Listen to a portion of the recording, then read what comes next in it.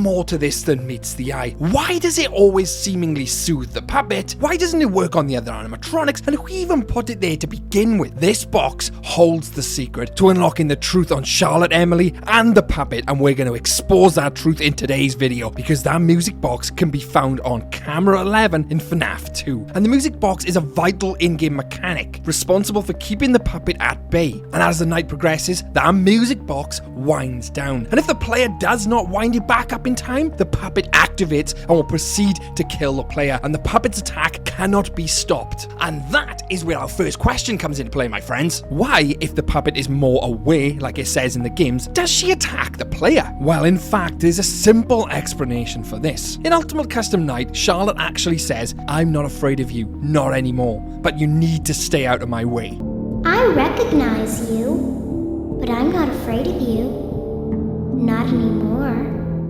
She's obviously saying she was afraid before, possibly of Afton, and it's possible that Charlotte, or aka the puppet, was attacking out of fear rather than anger, which is unlike the other animatronics, of course, because they attack out of anger. And just like a caged animal, well, a scared, frightened, backed into a corner animal, the puppet lashes out in fear, and you just so happen to be in the way. That explains why she attacks. I don't hate you, but you need to stay out of my way.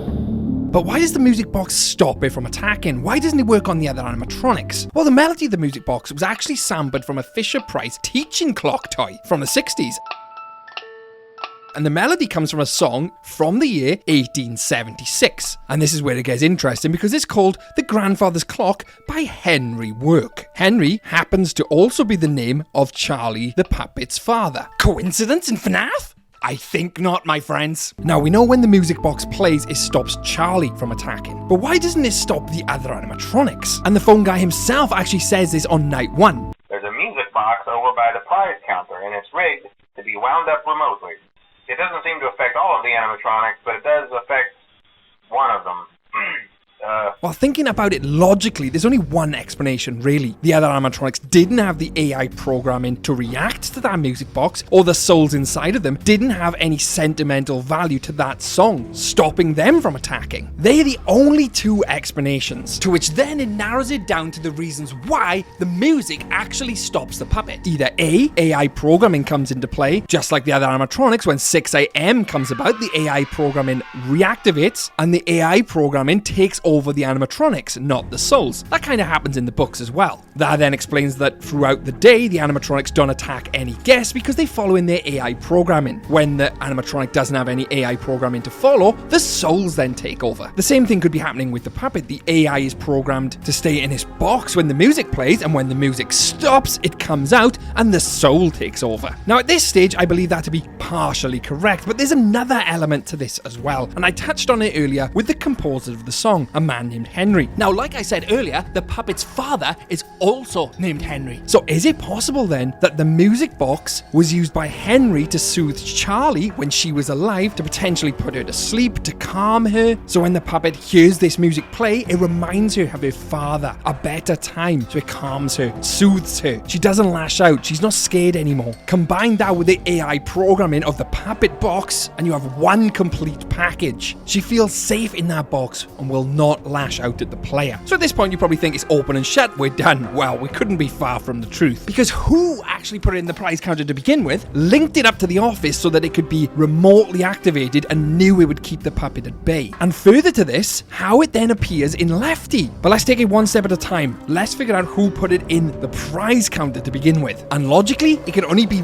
really two people, Henry or William Afton. Now, we know this is the FNAF 2 location, which was set in 1987, and William Afton at this point was no longer working for Fazbear Entertainment. Phone Guy himself even says that the new facial recognition software in the animatronics will keep out predators and any past employees. But most importantly, they're all tied into some kind of criminal database so they can detect a predator a mile away. obviously referencing William Afton. Now that's an argument for and against William, because we know that the animatronics attack the player, which could mean we play as William Afton pretending to be the night guard, or it could be that we actually play as Mike, which is another theory, but I won't get into any of that. I've covered it in previous videos. Looking at it logically, if William Afton did install the music box in the prize counter to keep the puppet at bay, it could kind of make sense because he knows the puppet would come for him as revenge, because obviously he is the one who killed Charlie. The stories throughout FNAF tell us this. The puppet would know it was him and would come after him, therefore he could easily install this music box and soothe Charlie. There is a problem with this, however. How would he know in the first place that that music box would have soothed the puppet? Well, the huge clue here is he didn't. But Henry did. You see, after his daughter's death, he obviously noticed something was supernatural with the puppet. Because believe it or not, the puppet actually predates 1987. We see it in various mini-games throughout the FNAF franchise, indicating it was present at the original Five Nights at Freddy's location. So the likelihood is when Henry Emily himself was still working for Fazbear Entertainment, would have noticed something unnatural with the puppet and decided to experiment. Well, experiment is the wrong word, got accidentally discovered, more like, that his daughter was in the puppet. And here's where it gets really interesting. How did he discover his daughter was in the puppet, and how do we even know that to be the case? Well, he built Lefty, remember? Lefty was designed to capture the puppet, and Lefty's microphone is actually the music box incarnate. You see, when Henry built Lefty, he actually built a dream one / soother, which uses a lullaby index upon the suit's seal. So obviously when he was sealing the puppet inside of it, he knew that this music would soothe it, would keep it calm. And if any of you are wondering right now, yes, the puppet does live inside of Lefty. So that microphone being held by Lefty in its left hand is actually playing a lullaby, keeping it soothed, keeping it calm inside of that suit. Therefore, Henry knew that that music box in the prize counter was keeping the puppet subdued, calm. I mean, how else would he have known this? To build Lefty even in the first place? The evidence is right there in front of us in the games. We just gotta piece it all together like we have done. It's highly likely Henry would have installed this music in this pizzeria with a puppet because he knew that the puppet was lashing out in fear of William Afton. And the likelihood is one day he decided to bring in the music box because it reminds him of his daughter, the times where she was alive. He played it and noticed a change in behavior of the puppet potentially. Or he decided to pay tribute to his daughter by installing that music in the box anyway, and thus the puppet music box was born, unintentionally subduing the puppet in the process, and of him learning of the supernatural behavior of these animatronics, and thus the puppet. This then explains how he learns about them, decides to build Lefty in the first place, and why he installs the music box in the prize counter to keep any potential security guards away from harm's way, hence why he plugs it directly into the security office for you to keep wound up throughout the night. Or there's a completely different angle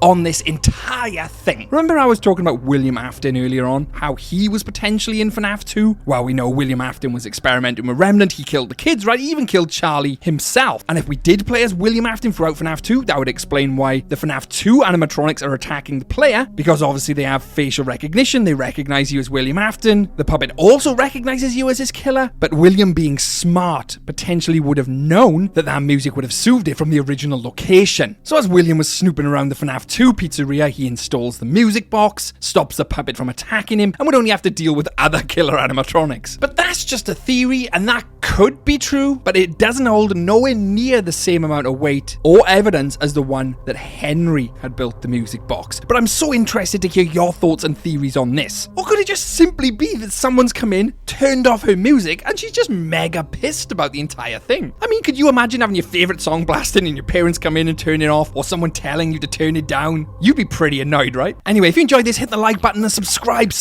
right now, because we're trying to reach 50,000 subscribers, and your help means the world to us. And don't forget to check out all my other videos. There's plenty of FNAF content on the channel. You'll love it, trust me. I'm Twisty for Twisted Animatronic. Stay safe out there, superstars. Well, he built... It's absolutely boiling with these lights on here. I've just got to say that before I go any further.